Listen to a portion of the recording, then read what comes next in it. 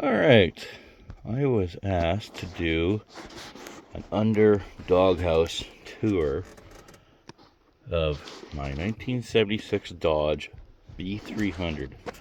This engine is a 360 or 5.9 liter.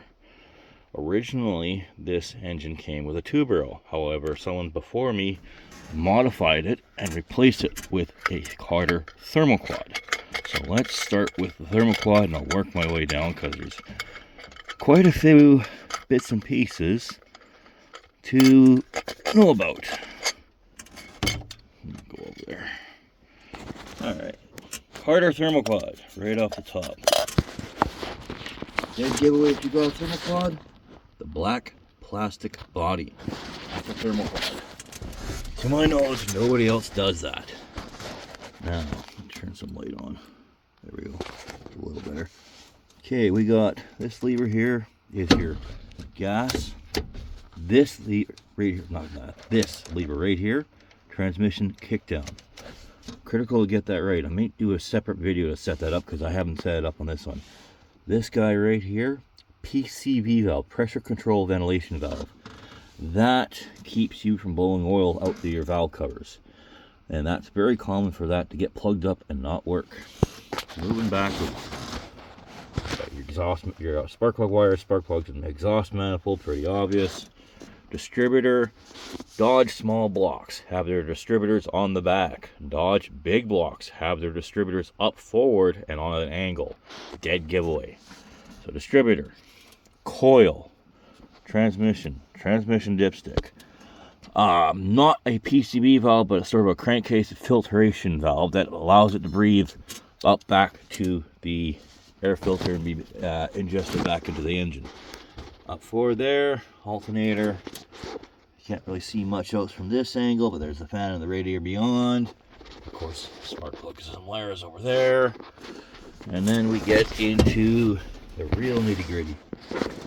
Down there, that little plate, that 2-bolt plate, that's part of an emission system that has been deleted from this model.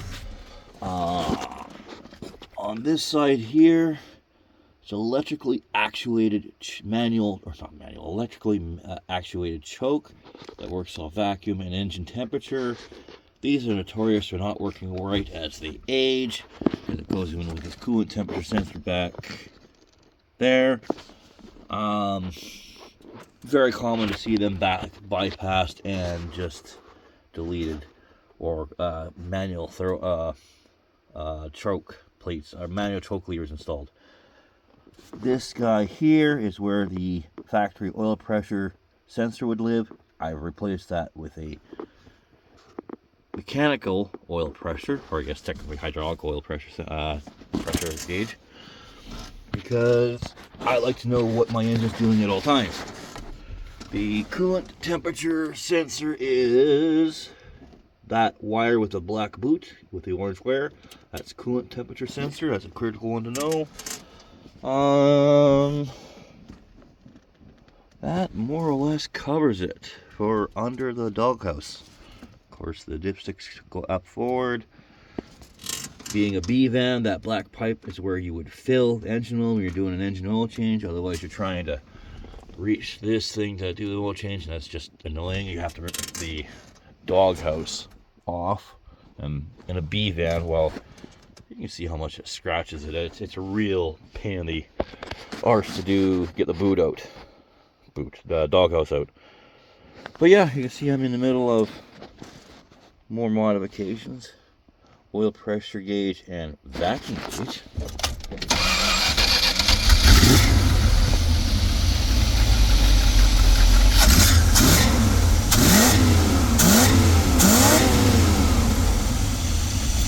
Can't beat the sound of a thermoquad.